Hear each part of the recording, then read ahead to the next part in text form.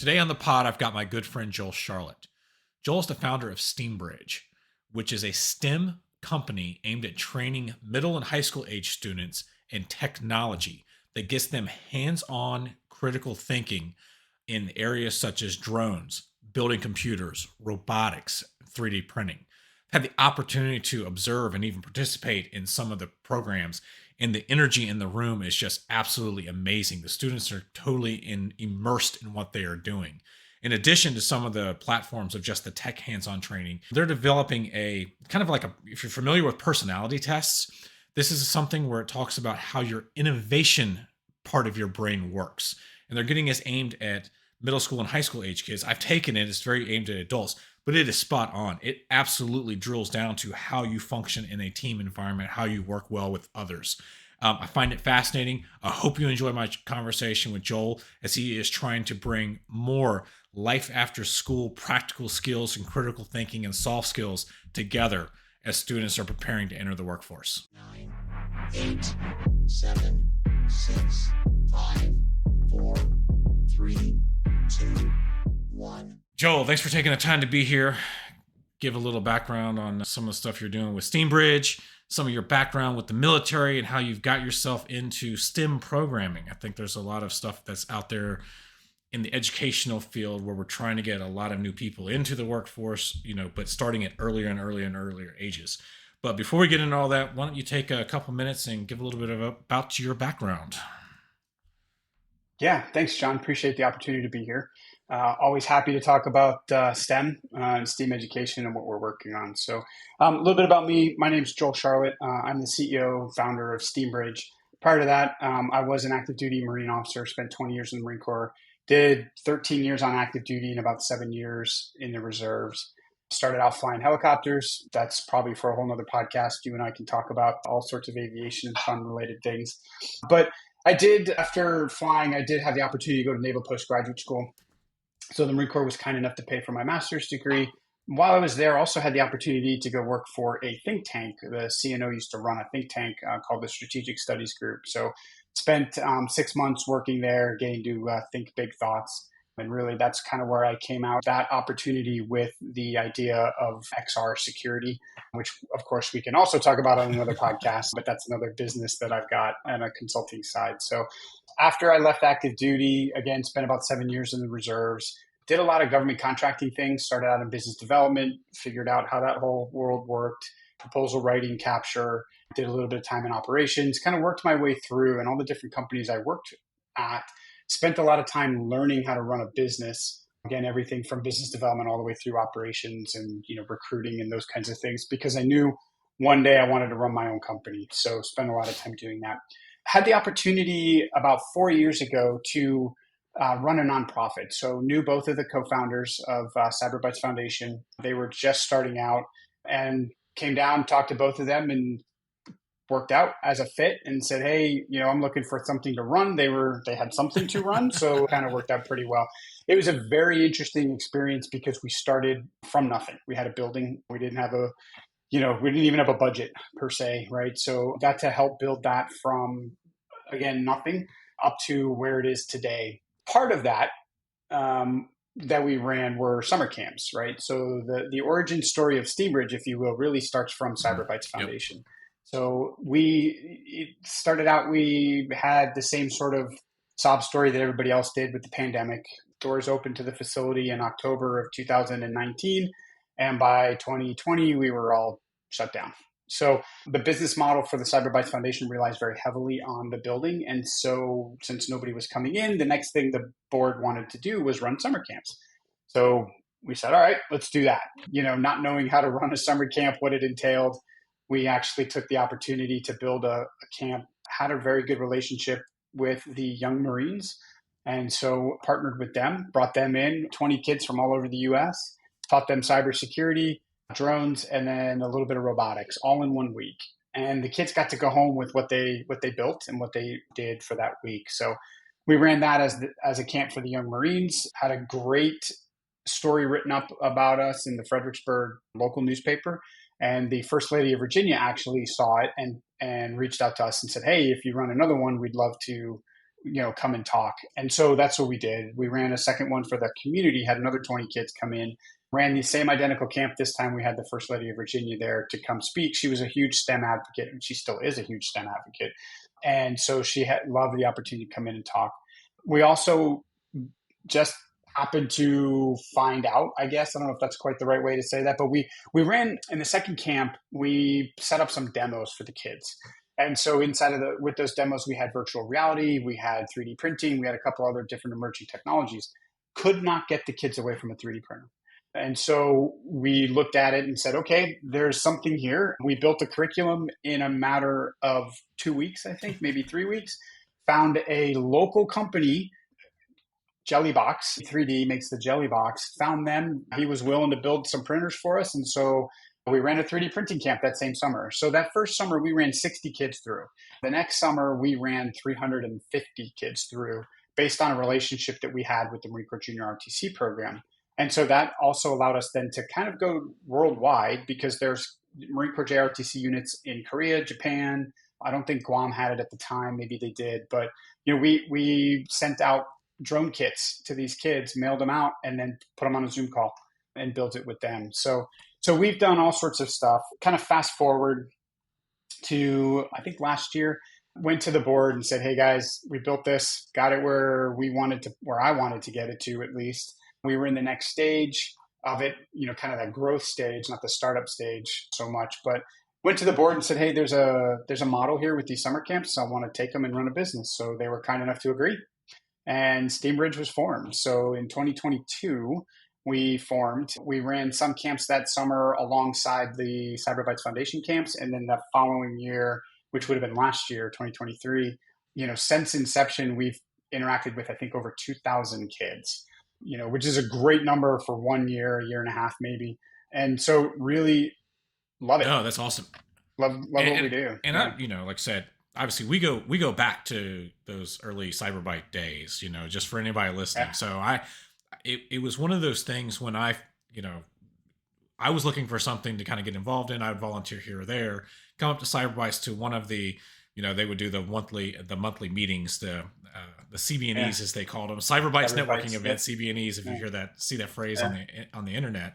But it was coming up to, it was actually that First Lady of Virginia's event. I was actually there that day when she did that virtual presentation, and it's crazy to feel, it was feeling the energy in the room. The kids were excited.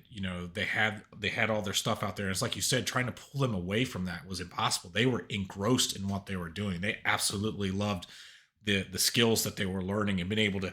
I think it's a thing, that tangible thing of putting your hands on something that I don't know how much in I gotta watch myself with my wife being in the public school system, but getting that hands-on stuff versus just theoretical book learning, facts dumped into your head, right, where you've created a way for them to learn a bunch of those different skills, from the coding, the programmatic features, and then physically putting something together and learning how that works, and then you've got that practical application to it.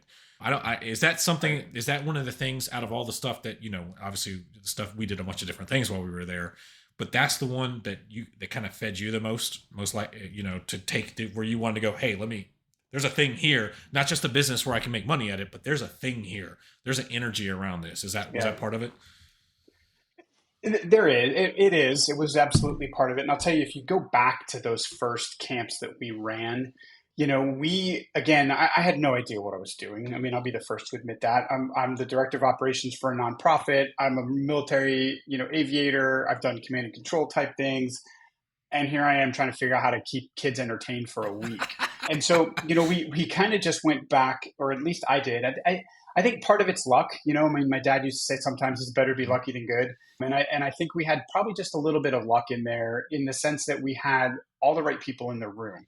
So we had found partners who were willing to try this new thing with us. So, we had a drone company, and they were doing drone classes, but they weren't doing them quite the way we were doing them. And then we had, we brought a cybersecurity company in to help teach them how to hack websites and do all these fun kind of things. We gave them ethics classes on top of that, right? But But we found a way to combine all three. And I mean, I still remember sitting in meetings with these partners, and they were like, "There's no way we can do this. You're trying to fill up, we can't do this, blah, blah." And I said, let's just try it. And so we did, and that's kind of the lucky part, And then we fell into the build portion because we had a robot kit we were using. It was a microbit robot based off of a program with Python. And so we had to do a lot of thinking around, okay, these kids may or may not know Python. How do we teach them that? How do we give them just enough knowledge? And that kind of became our mantra, in the sense of just give them enough knowledge to be dangerous, if you will. But really what that means is you're giving them enough knowledge and the tools by letting them take those things home with them so that they can continue to learn. Some of the best compliments we get are from kids that come back, and or from parents and say, hey, we just got one this last summer where the kid's super quiet, but apparently likes computers, right? And just opened up in the class. And so that's what I like, right? Like, yep, we make money.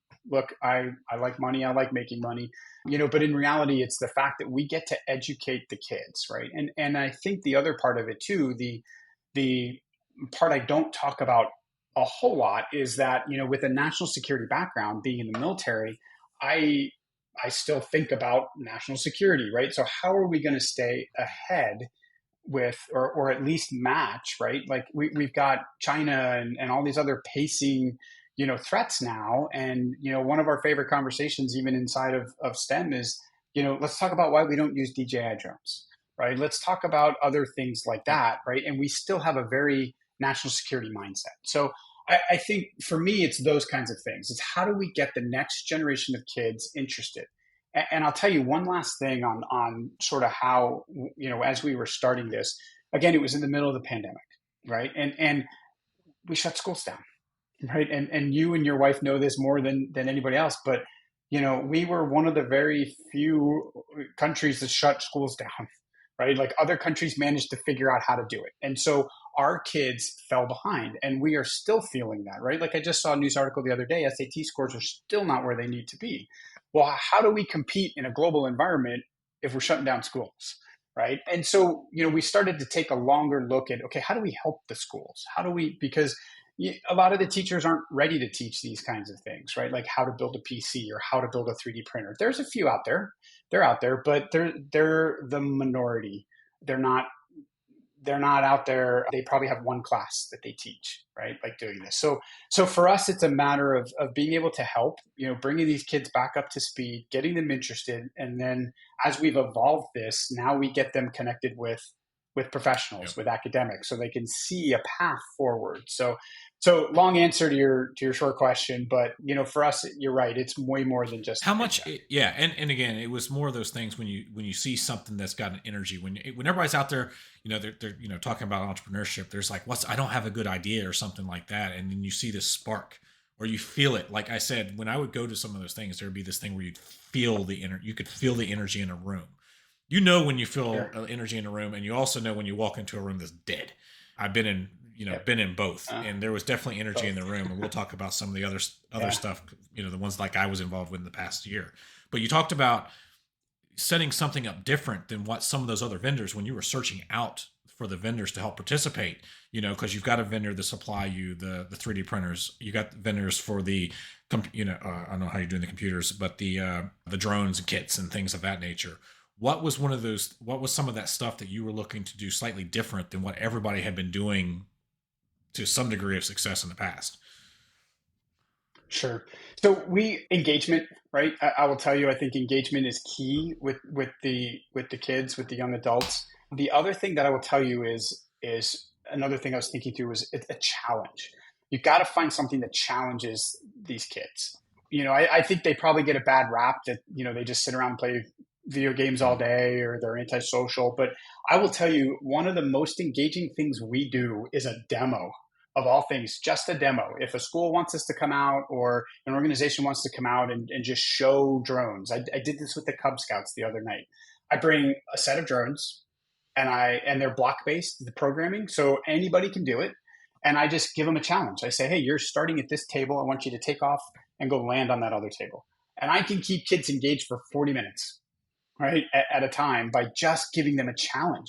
And we see it time and time again where if you we have kids who there were a couple summer camps that we can talk through stories of, when you get to the older kids, they can drive, right, and the course would be over for the day and we would go back to work because we still have a foundation to run, and I'd come back an hour later and there's still kids in there, right? The kids who can drive didn't go home because they're stuck on something or they enjoy what they're doing. And we're just like, dude, you got to go home, man. I can't let my staff go until you go home.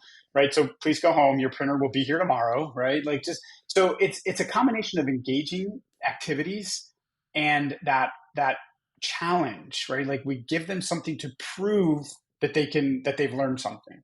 Right. So, and that engagement conversation comes up over and over. And I think just because I've been doing this for 4 years now, like I've been talking to a variety of cybersecurity companies lately about how we build a cyber course, right? Well, cyber is a pretty dry topic, Yeah. right? And so we are constantly looking for whatever that engaging thing is, and some people don't get it, and I can tell now, right? Like I know if I'm talking to you about, hey, let's build a cyber course, and we immediately go to, all right, well, let's load up Kali Linux. Okay, well, that's probably not the right thing to do, right? Like there's too much that we have to teach. We're going to bore the kids, and so we have ways, I have things I tell my instructors on, hey, here's ways you can engage your kids early, right? Do it early, get them engaged, and then we keep them engaged longer. And we've got battle scars. I mean, we've had some camps and some workshops that, I just walk in and I'm like, if I could cancel this now, I would, right? Because we're not engaging them. And to your point, you can tell. I mean, when the kids, this thing gets picked up, right? Like, then you've lost them. So yeah, I mean, it's a combination of engagement and Is that something when you're looking at this model, because right now everything's primarily in the short formats, correct? You're still doing everything primarily in, we call them the boot camps. This course is a week. Maybe something is 2 weeks. Is that something that, you talked about mentioning the schools, to get something that's the longer version of some of these things? Is that something that you're looking into versus just the quick hits, quick in, quick out type of stuff? Sure. So we are actively engaged with a middle school in Suitland, Maryland right now, where we're doing about 3 hours a week, about 2 hours a week for 21 weeks. And so it's about a 7-week cohort. So we're doing that 3 times. And so we do have longer formats. I think if you look at the time, hours is sort of that great equalizer. We always sit somewhere between 20 and 40 hours. We are working on longer courses, but yeah, for us, our goal is to get the kids interested. Okay, so we do have some where we can get them college credit. We do have some where they get certifications out of it. But our goal is really to just engage the kids and get them interested, and then hand them over to universities or colleges or agencies that might want to hire them, or other places where they can get further certifications, those kinds of things. So our goal isn't that long-term engagement, at least not right now. Our goal is just that initial engagement. So I was invited out to Louisa Public High School March or May of last year, one of the M months. I forget which one it was. Anyway, they had won a grant for a 2-year program for anybody in high school. So you sign up, and it was kind of I don't call it a skill stacking, but everybody kind of got to roll through various versions of a lot of the stuff.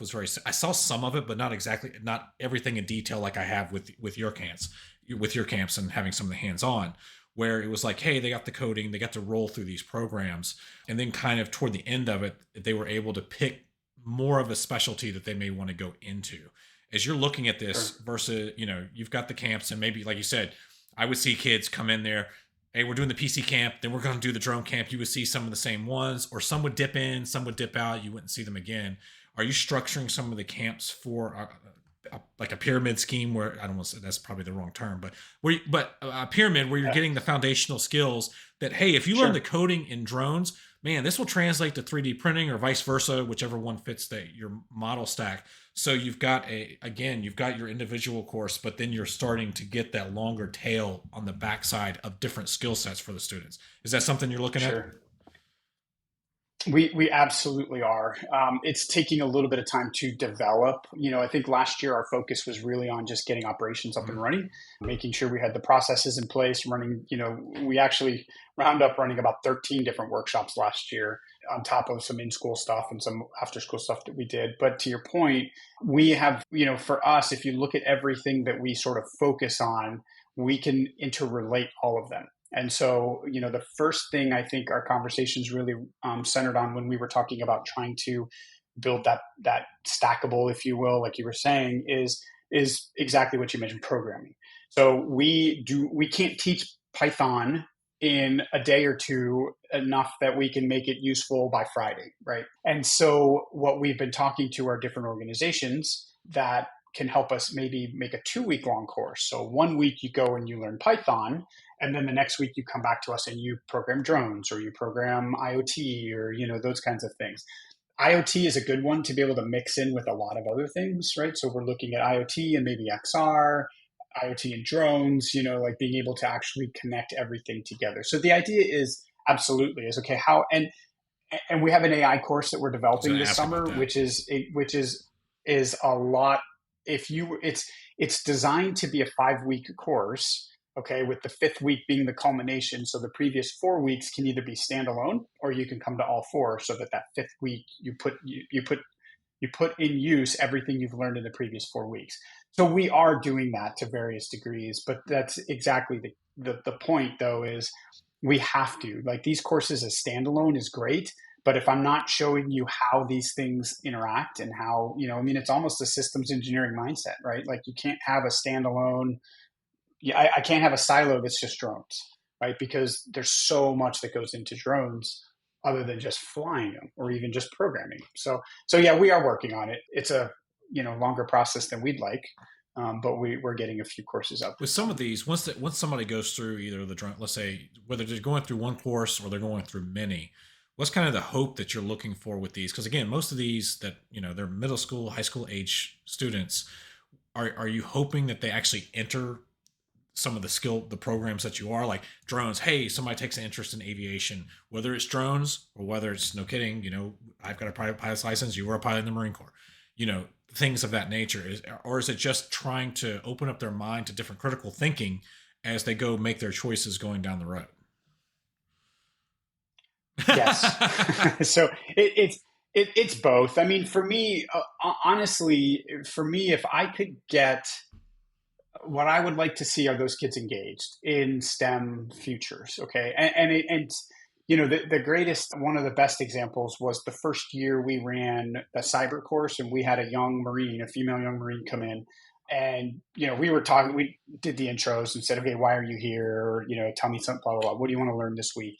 And, we get to this one young lady and she's just like, she's like, I don't know why I'm here. My Okay. parents made Well, me. what are you interested? Yeah. Well, we have a couple of those too. We've had a couple of those, but she says, well, I like people, so I don't think I would really be interested in cybersecurity. I said, all right, that's not true, right? Like the whole social For sure. engineering aspect of cybersecurity is all about people. So we actually introduced her to a cybersecurity professional who did social engineering, right? Like just to get to show her that, and I think the problem, not the problem, I think part of what we do is like you said, we just open their eyes to the fact that, okay, are you interested in drones? Well, maybe you don't want to fly drones, but let's talk about material science. What are drones made of, right? Like let's talk about just energy, size, weight, and power. Okay, let's talk about the different use. Oh, you're collecting data. Well, what are you going to do with that data, right? Like you're collecting images, telemetry. So you get off into data science, and 3D printing is the same way. You may not be interested in actually 3D printing, but let's talk about 3D design, right? Let's talk about materials. I mean, you can print in just about anything these days. So the what we try to do again is introduce them to various parts of that. Again, additive manufacturing. Okay, well, there's so much that's contained inside of that, and really inside of all of these. In our IoT, our basic IoT course is literally the building block of everything. It's circuits. Everything about circuits. Okay, what's a transistor do? What's a like what does all that do? And just giving them the basics so that they can then go home and hopefully learn more.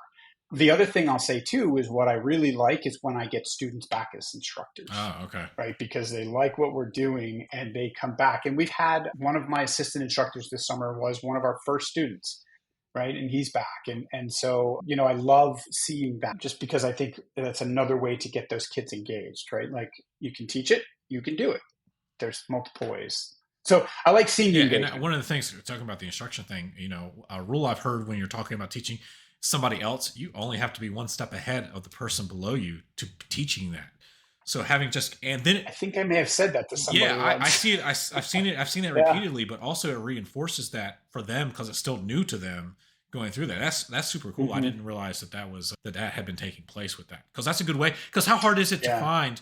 Again, we'll talk about one of the entrepreneurship thing here in a little bit, but to get for the after school programs, how hard is it to go get instructors, other professionals in the industry to come speak to the students so it fits in everybody's schedule? Because that seems that would be a little bit of not just you're building the courses, you got to get all the materials together. Oh, hold up, there's 12 of these going on. I can't go teach 12 of these. I got to go find somebody to go fill the gaps in that. Is that how's the reception been on that side?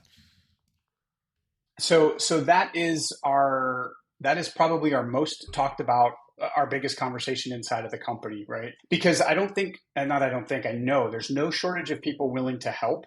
But to your point, it's the scheduling, okay? Because most of our instructors are industry professionals. They're out there, they've got a full-time job, or they're teachers, and I can't pull them out of the classroom to go teach one of my courses. So, I mean, the good news is around the summertime, that gets a whole lot easier. I am learning rather quickly that if you want a teacher over the summer, the conversations have to happen now in January. I just had a teacher, as a matter of fact, up here in Loudoun County, emailed me yesterday. He was one of my cyber instructors over the summer. He's like, "Hey, I'm planning my summer vacation." I'm like, "Dude, it's January, man." But they do. So I hear that from my wife. Yeah. So I mean, hey, I'm going on a road trip for 2 months. I'll see you in August. Yeah. So I think the hardest part is just getting them. It's the scheduling, right? Like, again, there's no shortage. There are a lot of people out there who want to help. We get companies coming to us. We just had a drone company come to us and say, "Hey, we're thinking of building a STEM drone." So again, there's no shortage out there. It's getting them to take time off, or hope, ideally it'd be finding a company who goes, "Hey, this is community service. You don't need to take a day off, right? Like, this is part of our ethos. So, by all means, take a paid day, go teach." So it's hard, but we're slowly building our Rolodex. For all you kids out there, Rolodex, the old, if you don't say phone, card system. You've lost them. I know. You're close to lost me. So. Yeah. So what's the reception been? Because, I would say, being associated with the school system, some of the school systems over the years, what has been the reception when you go approach either to say, "Hey, do you have students that want to participate in this?" Or what programs are you offering? Because my personal experience having some of those conversations is it's very closed off. "Oh, we got this covered." And it's like, I know you don't, but there's defensive mechanism that kicks in to there where you're like, no, I'm here to help supplement, or, things of that nature. What's that been like with some of the school systems? So to your point about hey, we got it covered, I'll tell you what I learned early on is, when we were still in the foundation, we were going out to go see a school, right? I won't name any names, but we went to their website to go check them out. And Matt and I were like, what are we going to do for them? Right? Like, you look at their website, they're doing drones, they're doing all sorts of cool, like, high end stuff. And we're like, what? And you get there and you're just like, okay, you guys have an awesome marketing, right? Like, team and that's not to take away, because they are doing really good things. But the point of that is that, they're not always, they're advertising well, they're doing good things, but there's always room to do more. Now, the flip side of that is very similar to your conversation. I cannot tell you how many times I go into a school and I say, "Hey, here's this great entrepreneur program that we have. We'd love to teach it." "Oh, we already do that." You just kind of like, where, right? Like, but I've also learned that some of those you just can't. You learn over time how those conversations go. And so you learn that, okay, this person is not interested in this, and that person I might be able to convince. And so you just learn to just sort of, hey, cool, thanks. Glad you got it covered. If that sounds like you don't need us, right? Like, have a nice day. And which is part of it's kind of unfortunate because the kids will never get exposed to that, at least not through that official channel, right? Like, there's more than one way to get in. I mean, if you know the teachers directly and you get those motivated teachers, those that want that curriculum, they'll bring you in, and then you don't have to come in from the top, from the administration. You can come in from the bottom and the teachers, which is probably a better way to do it anyway, because they are the most invested in their Right. students and their learning and what they want. So, but yeah, I mean, it's a mixed bag. I mean, you get some people that are like, holy smokes, this is awesome. We need this, right? And then we're like, cool, let's do this. And then you get those that are like, we already do it. And that's where Cool, man. it goes back to the whole setup again, the structure of, again, the hands-on, the engagement piece of that. Because at least, the little bit I remember from being in school, I mean, you're sitting there, you're carrying around 8 books. Maybe you get to touch something in a chemistry class in high school or something like that. I mean, after you get through kindergarten and playing with blocks, I mean, at that point, it's just pencil and paper and stuff. And that Right. with I see the way the world, the way the world is shifting with the way the tech is in everything. Kids are getting the hands-on equipment much earlier. That the way that learn what needs to be taught and how they need to learn it needs to completely adjust in a way that it's gonna stick. And to me, that's always been how fast can you get something in their hands that's tangible. And again, not everything is, like I said, you can integrate coding into a robotics program, you can integrate coding into the drone, you can integrate coding into all those things to get that hands-on experience. So it's just not that theoretical piece. And I think that there needs to be more of a shift to some of those things. And I know when I went back to my 20-year high school reunion, like 7 years ago, there was a lot of programs in the school that my life may have been different that I'm seeing start to get out there. But to me, seeing some demos of that stuff, it still seemed out of date to a degree. It's like, oh, this is cool. You're at least planting seeds, but is it really still, are we in 2024 mindset with how fast this stuff's evolved because of all the regulatory policy crap that they've got to go through to get approved curriculum from the federal government to the state to the local industries. How when you structure the courses to get some of that engagement piece, are we talking about a lot of individual work? You're talking a lot of stuff that's based on teams, so kids are forced to have to work together. Because I know growing up with, you never wanted to be part of the team project that was created, because there was always that person, that was usually me, that was forced to, like, oh my God, I'm not ruining my grade because of these clowns, type of situation. So how do you structure the makeup of the course as it goes along? Sure. So our philosophy inside of Steambridge is build, code, do. And so what that means is we try to find projects that there's a physical build component. That's that hands-on piece.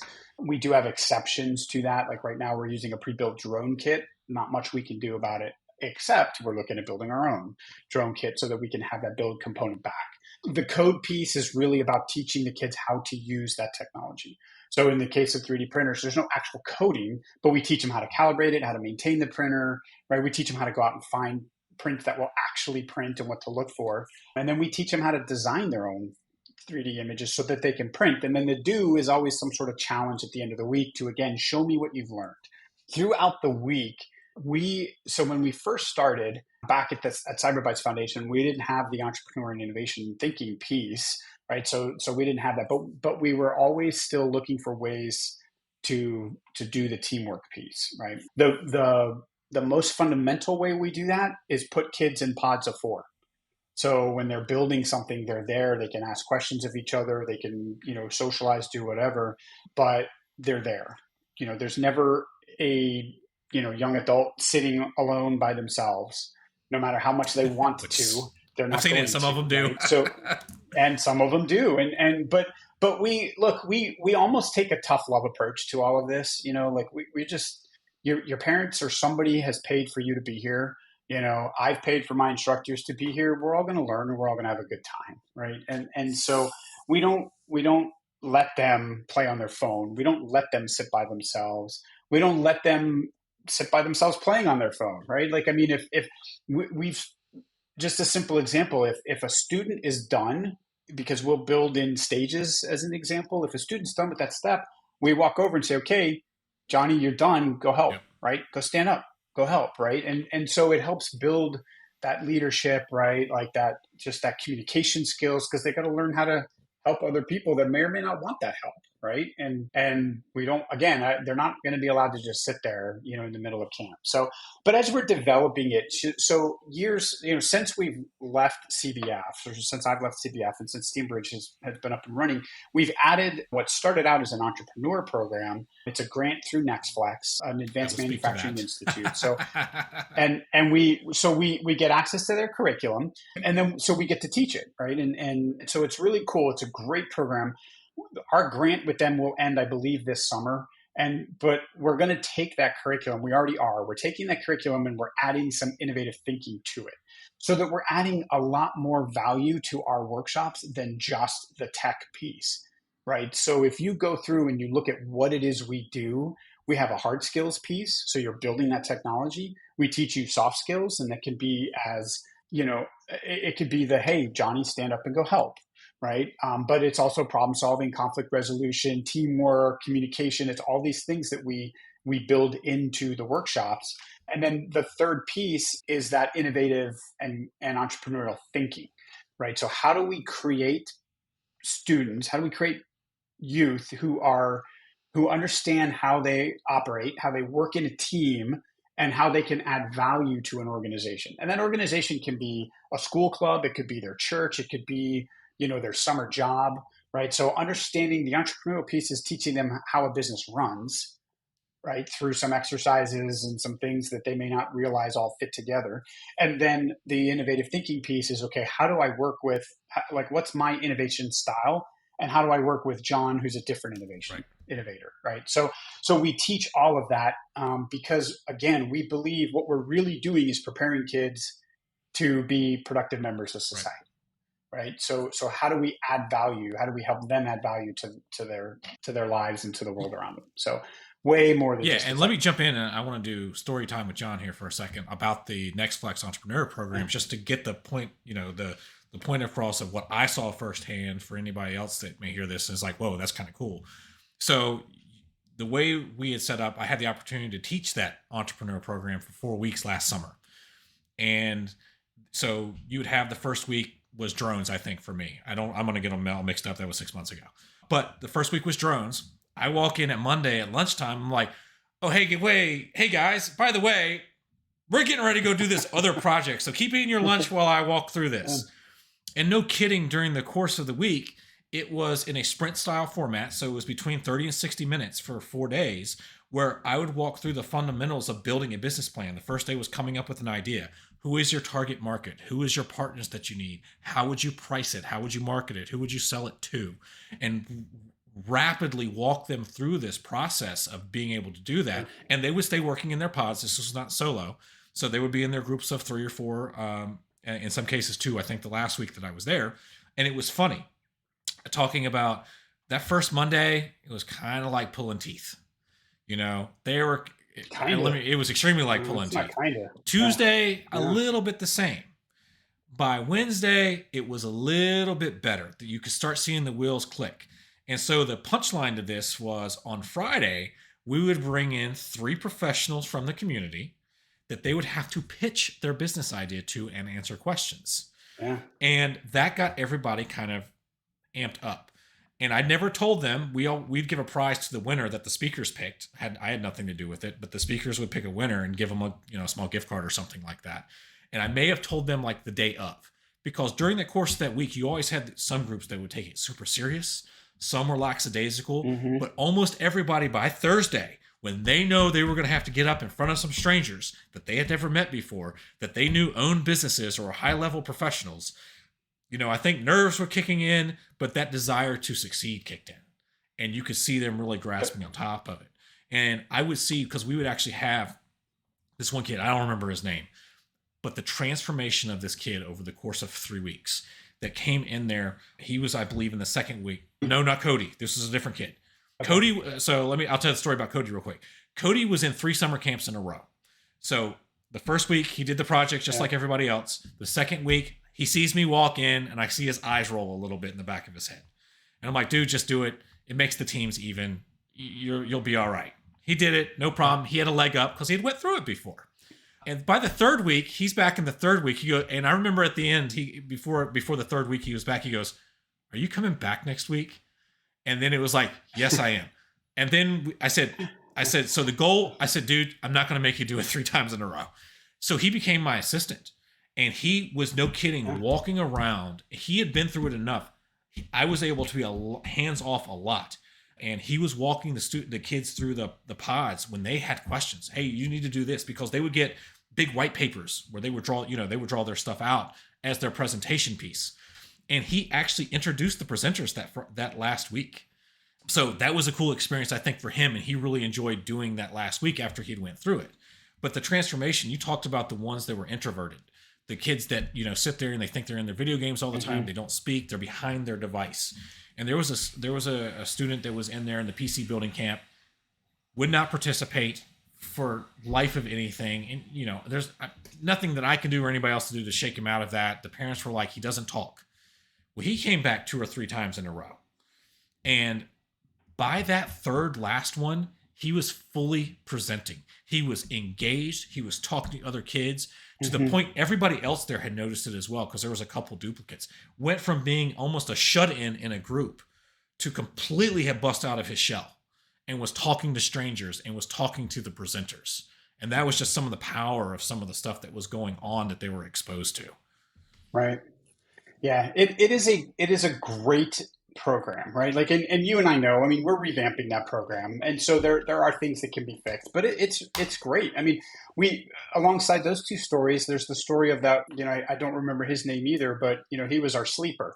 Remember, like, he would be sleeping in the class, and we wound up having to call his mom, and oh, we just got in late last night, but hey, this is week 2 and you're still sleeping, So, we get those kids, and obviously we can work with them and bring them back up to speed. But I'll tell you, by that Friday, that you were talking about the big white papers that they, the big stick up sheets that they write on. Well, he rolled his up, right, to take it home. And then he rolled up his, his business plan sheet as well, right? Mm-hmm. Like the business canvas sheet as well, and rolled it up to take it home, because he was, and I told his mom, I said, look, we started this week out, we had some issues. I said, but you may want to talk to your son about business. Right. Or you may want to make an introduction for him to somebody who may own a business, or maybe your boss, or just because I pulled it out of his backpack right in front of his mom. I was like, we normally keep these, but he can take it home. Right. Like, this is cool for him. So he thoroughly enjoys it. So you never really know what they're going to pick up on. Yep.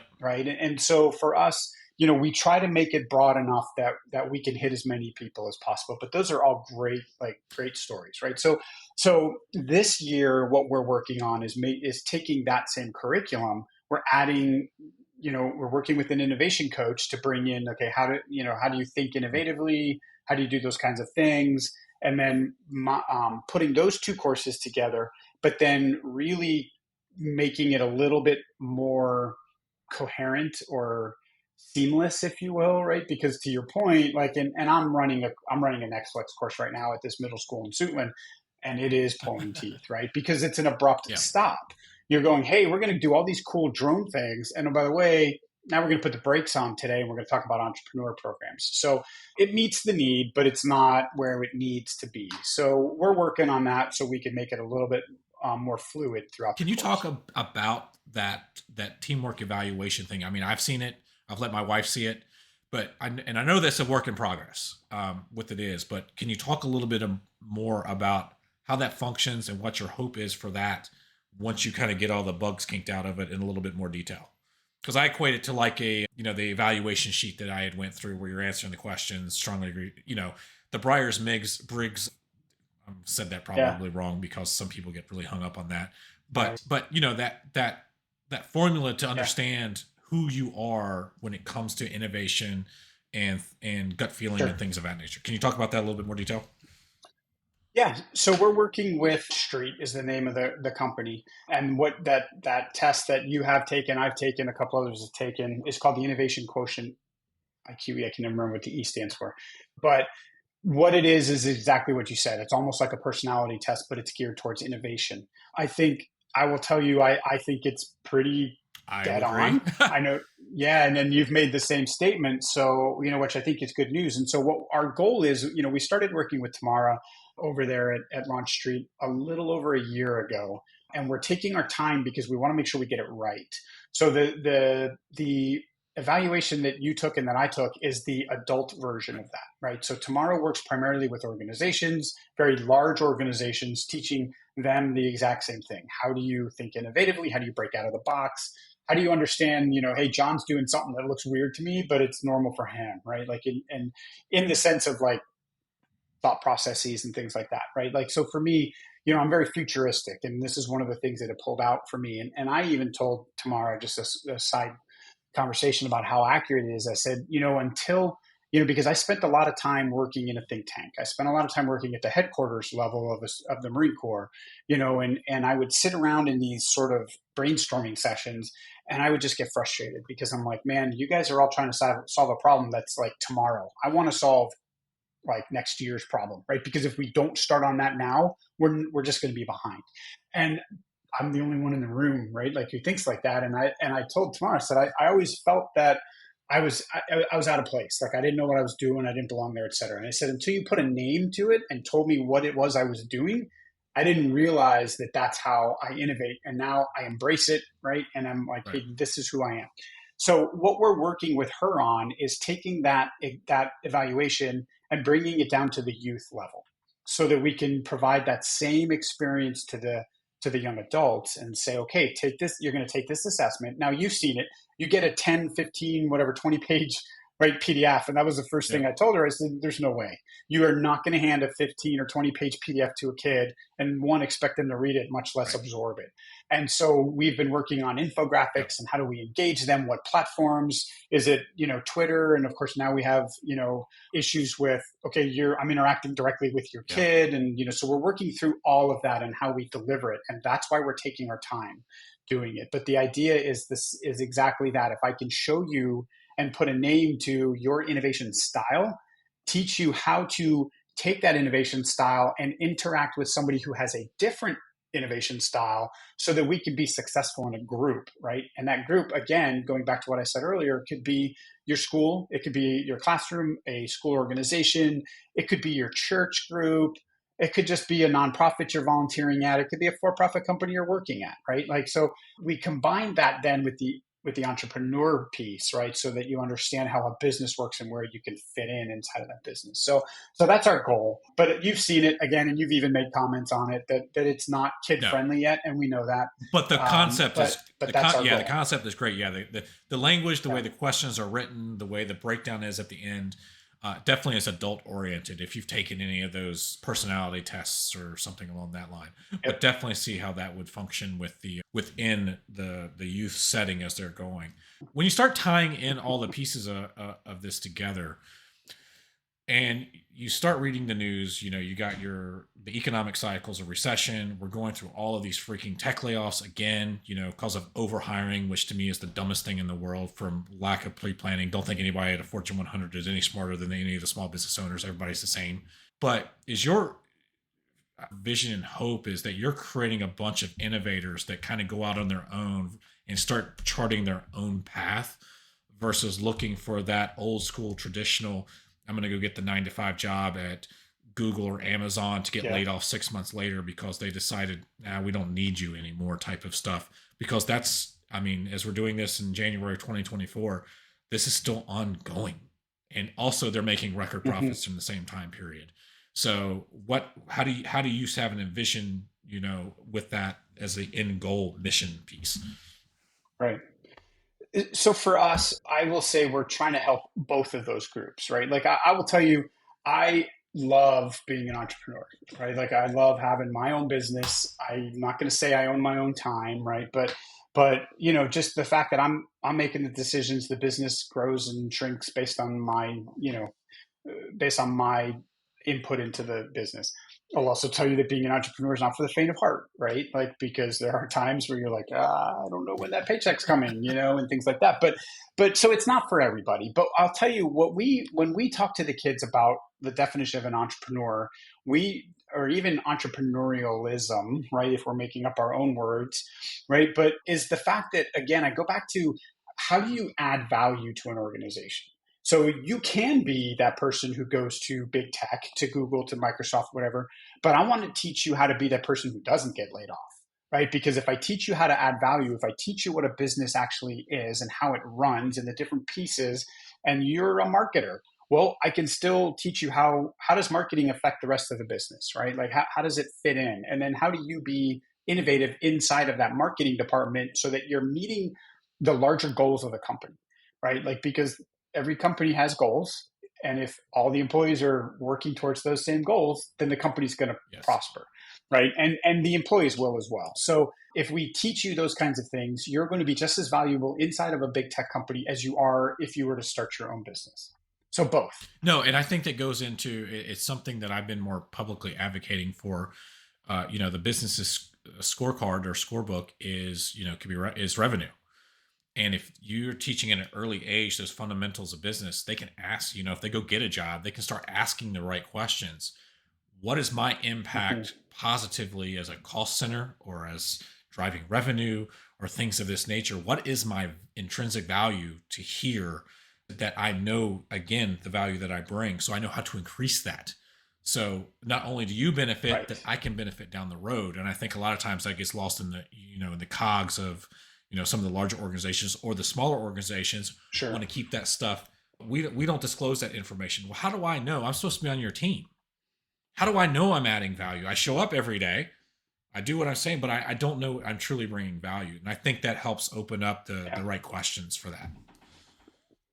And the other word that we use is ownership, right? So how do I teach somebody how to take ownership of that marketing task, right? Like, you may be a marketing intern, but to your point, what is your value, right? Like, what am I doing that increases the value of this company? And you should know that.